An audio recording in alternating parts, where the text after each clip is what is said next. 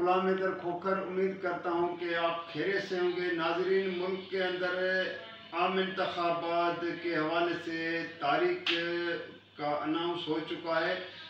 साथ में मुल्क की तारीख में ये पहली मरतबा होने जा रहा है कि निगरान हुकूमत तरक्याती फंड्स जारी करने जा रही है। इससे इलेक्शन के जो आम इंतखाबात है उसकी शफाफियत पे बहुत से उंगलियां उठना खड़े होना शुरू हो गई है। और साथ में निगरान वज़ीर-ए-आज़म ऐसे मुसलसल प्रेस कॉन्फ्रेंस करें जैसे शौकत अजीज़ जनरल परवेज़ मुशर्रफ के दौर में वज़ीर-ए-आज़म बने थे तो किस तरह प्रेस कॉन्फ्रेंस करते थे, उसमें उसका क्या स्टाइल था, ये आपसे बयान करने से पहले मैं तमाम नाजरीन और मेहरबान दोस्तों से गुजारिश करूंगा कि मेरे इस व्लॉग को आप लाइक भी कीजिएगा, शेयर भी कीजिएगा, सब्सक्राइब भी कीजिएगा।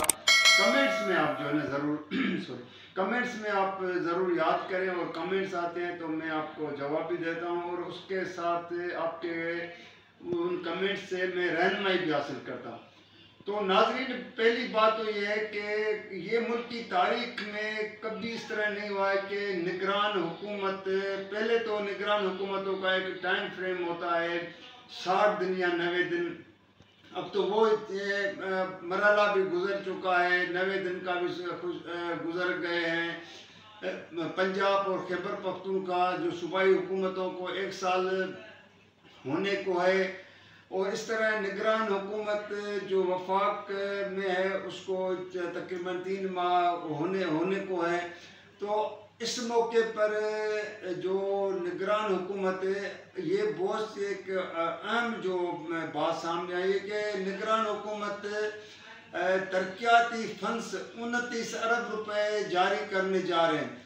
हालांकि जब इलेक्शन का एक माहौल होता है, तारीख अनाउंस हो जाए तो फिर इलेक्शन कमीशन तमाम डेवलपमेंट के जो तरक्याती कामों पे बैन लगा लेते हैं, पाबंदियां लगाते हैं। जिस तरह ब्यूरोक्रेसी में जो है जो उखाड़ पुछाड़ होती है, ट्रांसफ़र पोस्टिंग होती है, तो इलेक्शन कमीशन पाबंदी लगाती है। मासवा के कोई ज़रूरत हो तो उसकी इजाज़त वो भी फिर उस महकमे के सूबाई हुकूमत है, वो वफाकी हुकूमत है, तो उनके वो जो है इलेक्शन कमीशन से पहले।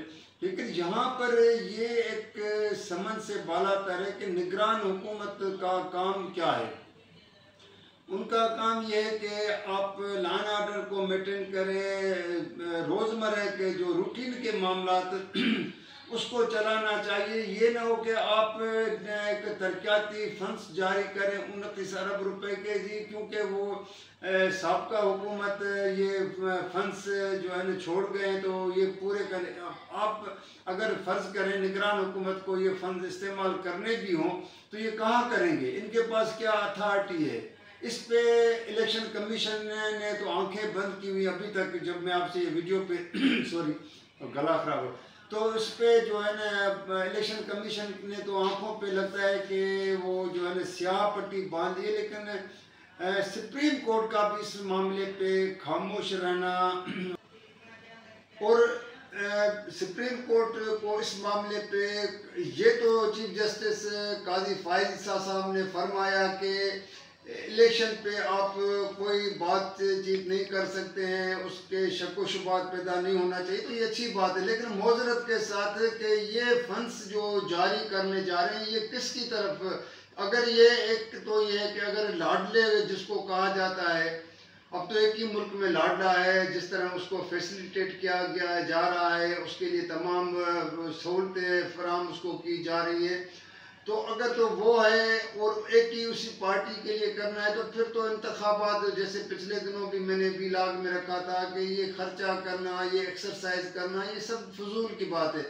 और दूसरा ये कि दुनिया भर के जब मुबस्सिरीन आएंगे आके यहाँ पे वो इलेक्शन का माहौल देखेंगे, और वहाँ पे जब ये बात उठेगी कि जी निगरान हुकूमत ने 29 अरब रुपए जो है ना डेवलपमेंट पे, तरक्याती कामों पे खर्च कर दिया, और इसके लिए निगरान हुकूमत ने कम्युनिकेशन जो मवासलात के मिनिस्टर है शायद अशरफ तारड़, उसको कमेटी का चेयरमैन भी बना दिया। मैंने यहाँ तक ये मामला जा रहे हैं, तो अब इस पे हम तो ज़्यादा नहीं कह सकते, मासवाई के इलेक्शन कमीशन या सुप्रीम कोर्ट उसका नोटिस।